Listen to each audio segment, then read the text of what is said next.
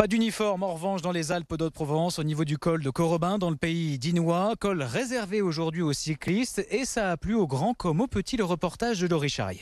Bonne journée à tout le monde. Depuis Chaudon-Norante ou Digne-les-Bains, la montée jusqu'au col du Corobin ce matin valait le détour. La route était en effet réservée aux cyclistes, un privilège que beaucoup ont apprécié. La région est magnifique, donc on en profite pleinement. C'est super agréable. C'est très agréable. Et sans voiture, alors là c'est génial.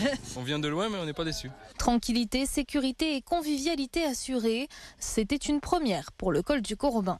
Ce qui est intéressant ici, c'est que c'est un col à double ascension où on passe deux petits cols. Et d'abord le col de Pierre-Basse, qui est un premier col assez simple pour accéder. On a un replat ici pour passer devant le gîte de la Clappe.